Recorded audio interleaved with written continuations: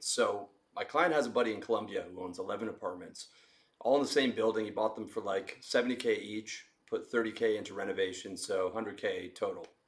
Rents them out on Airbnb, mostly to foreigners for long-term stays or wealthy people from Latin America. They're decent quality to good quality, so it's not slumlord type tenants or student types. These are, sort of wealthy travelers or wealthy people from Latin America. Even though the place only cost 100K after the renovations, in Colombia it's quite cheap, so it's a nice looking place and you can afford wealthy tenants. So all the properties are paid off. Total portfolio is about 1.1 million, and he's getting 15% on these because you can get a lot more abroad because people are willing to pay a bit more in Colombia because there's a shortage of nice looking places with Western design that are properly managed.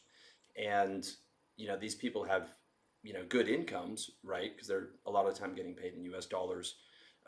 So they can easily pay 1,500 a month for a place in Colombia, even though the average property is 400, it's not much to them. So he's getting 15% on that.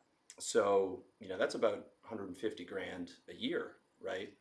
And, let's put 11K a month. Um, if he's American, he's getting the foreign earned income exclusion, right? So he's not paying taxes on his first 150K if the income is sourced outside of America.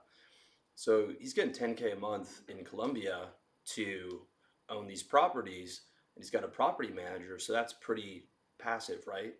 And he's straight for income, assuming it adjusts to inflation, which one of the benefits of real estate is that it does.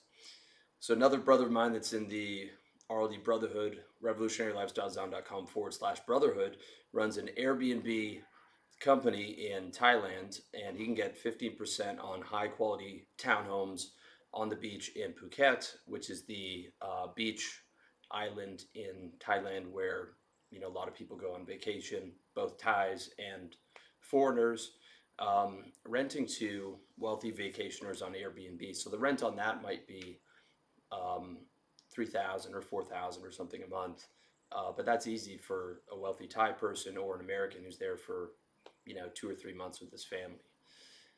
And I know from my real estate investor client, who's also in our brotherhood, and he's been very successful in America, that the average cap rate in California is 3 to 5%. So that's straight trash compared to the 15% you can get abroad. That's anywhere from 500% more abroad to 300% more. There's a big difference between 3% and 15%, especially if you're trying to live off the income, right? If you're trying to live off the income of $1 million portfolio in America, even at $1 million in property paid for, no debt, 3% is garbage, right? You need closer to 5 million paid off to be able to, get your 25K and live comfortably in America. Because don't forget you're paying taxes on that. Whereas when you're abroad, if you're not American, you're not paying taxes in your home country, and if you are American, you are getting that first 150K foreign income exclusion. So you're only worried about the local tax on the real estate, but in most cases in Latin America and Southeast Asia, that would be significantly less than what you'd be paying in America, both business and personal. So to get 15% in America, you need some off-campus student house. Even then, you'd be lucky to get 15%. It's probably closer to 10%. And that's certainly not easy to find. It's going to cost you a lot more than 70 grand plus some renovations, right? Might be looking at 500,000. And there's the odds of your property being damaged by some 7 frat bros that live in the place is 100%. You're going to be fixing things all the time. Your property is going to be getting damaged every year with certainty. You're going to have problem tenants that you're going to have to kick out and that might not want to leave and that don't pay rent because you're dealing with bad tenants. And that's really the only kind of place where you're able to even potentially get that type of return. Maybe some type of slumlord property that you fix up, but again, problems with tenants, problems with damage, neighborhood is crime ridden or whatever. So let's say you scaled your business exponentially over the next decade to where you're able to pull out 6 million to invest from salary and dividends, right? And in the early stages, you're just taking a, you know, let's say 10K a month living in Southeast Asia, right? You're comfortable. Business is going well, so your equity is going up every year, your revenue is going up, but you're just dumping back in, right? You're not trying to pull out right now and fuck up your compound interest by buying a $400,000 condo, right? So doing the math on 6 mil would be 90K per month in passive income at 15%, right? Well, it would be somewhat passive if you're still managing it, but that's real money, and that's a real business, right?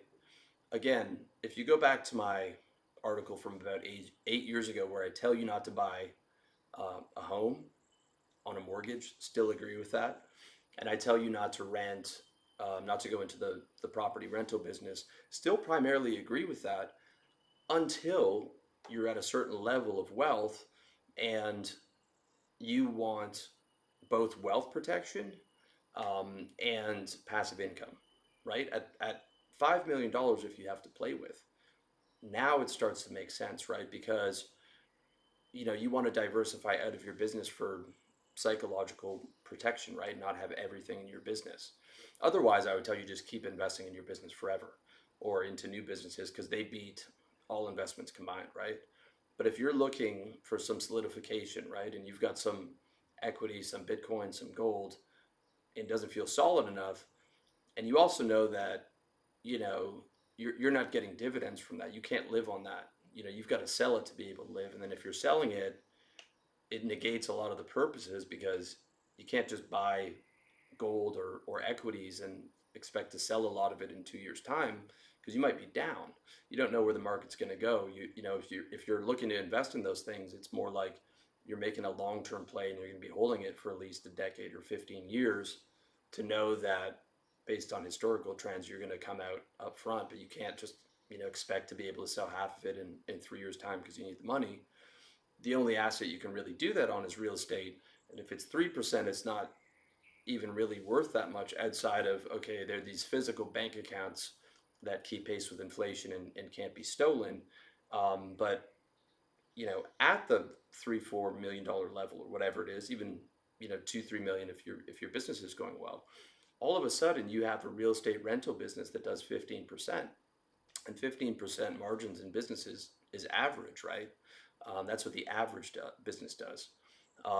So and it's 15% for something that is pretty much passive, right? If you have a manager, and um, the asset keeps pace with inflation, which is huge, seeing as we're in a high inflation environment, might go to at some point a 30% inflation environment, or always potentially a hyperinflation environment.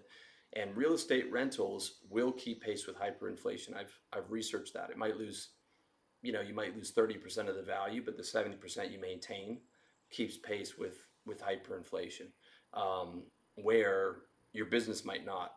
That's the one big advantage of real estate over like a business. The property will keep pace with hyperinflation,